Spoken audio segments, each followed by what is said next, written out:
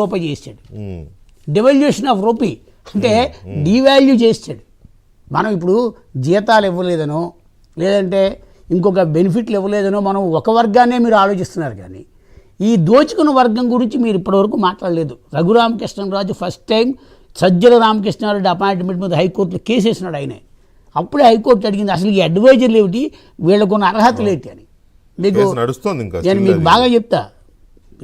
ఎవరు ఎల్వి సుబ్రహ్మణ్యం గారు చీఫ్ సెక్రటరీగా ఉండగా జగన్మోహన్ రెడ్డి గారు 27 పేర్లతో ఓ లిస్ట్ పంపాడు, వీళ్ళందరినీ అడ్వైజర్లుగా అయ్యండి అని. ఆయన ప్రతి పేరుకి ఒక వాళ్ళు రికమెండ్ చేసిన పోస్ట్కి ఉండాల్సిన అర్హతలు ఏమిటో రాసి సుబ్రహ్మణ్యం గారు ఏమైనా మాట్లాడతారు. మీరు ఎల్వి సుబ్రహ్మణ్యం గారు చీఫ్ సెక్రటరీగా ఉన్నప్పుడు 27 పేర్లతో ఓ లిస్ట్ వచ్చింది.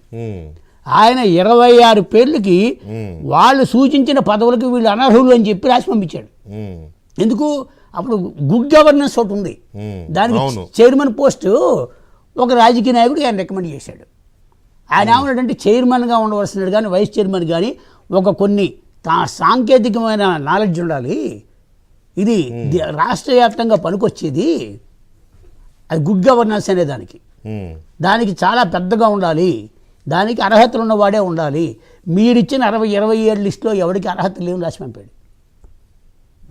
ఆ 27 మంది ఆయన తీసేయడానికి ఒత్తిడి తెచ్చారు, మాకు పదవులు ఇవ్వలేదు. అందులో ఒక ఆయన పాపం జడ్జీల మీద కామెంట్ పెట్టి జైలుకి వెళ్ళాడు అనుకోండి. ఓకే, ఇప్పుడు నేనేది అంటే పోస్ట్ ఇవ్వడానికి కొన్ని అర్హతలు ఉంటాయన్నది ఒక చీఫ్ సెక్రటరీ లెవెల్లో ఆయన అబ్జెక్ట్ చేశాడు. మీరు ఎవరిని పడితే వాళ్ళు విషయం ఏంటంటే గఫూర్ గారు ఒక వ్యాలిడ్ పాయింట్ చెప్పారు.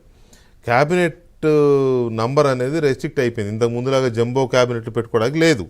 సో అందువల్ల కీలకమైన శాఖలు లేకపోతే కీలకమైన రంగాలని మానిటర్ చేయడానికి వాటిలో లోతుపాతులు ఎప్పటికప్పుడు చెప్పడానికి సలహాదారులు లిమిటెడ్గా 4 5 6 పెట్టుకుంటే వరకు యాక్సెప్టబుల్, అవసరం కూడా యాక్సెప్టబుల్ కాదు, ఇట్ ఈస్ నీడెడ్. మీకు ఒక చిన్న ఉదాహరణ చెప్తా, జాతీయ స్థాయి చెప్తా.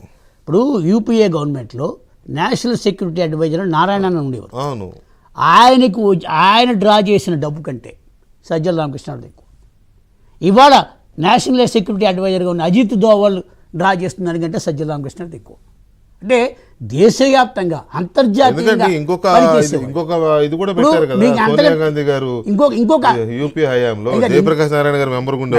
నేషనల్ డిజాస్టర్ కమిటీ ఆయన ఒక పెద్ద కమిటీకి ఉండేవాడు. ఆయన దానికి కూడా ఈవెన్ మర్రి శశిధర్ రెడ్డి మనకి disaster management national disaster management ఆయన క్యాబినెట్ ఇవ్వడానికి కూడా ఇబ్బంది వచ్చింది, ఎంఓఎస్ ఇచ్చారు ఆయనకి.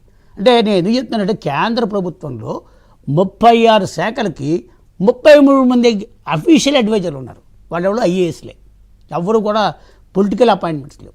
అసలు చెప్పాలంటే మోడీ గారు గవర్నమెంట్ వచ్చిన తర్వాత పొలిటికల్ అపాయింట్మెంట్ తగ్గిపోయాయి. Right, okay, right. పట్టాభి గారు, ఓకే, ఇప్పుడు ఇందాక గఫూర్ గారు అన్నట్టు క్యాబినెట్ సైజ్ తగ్గిపోయింది,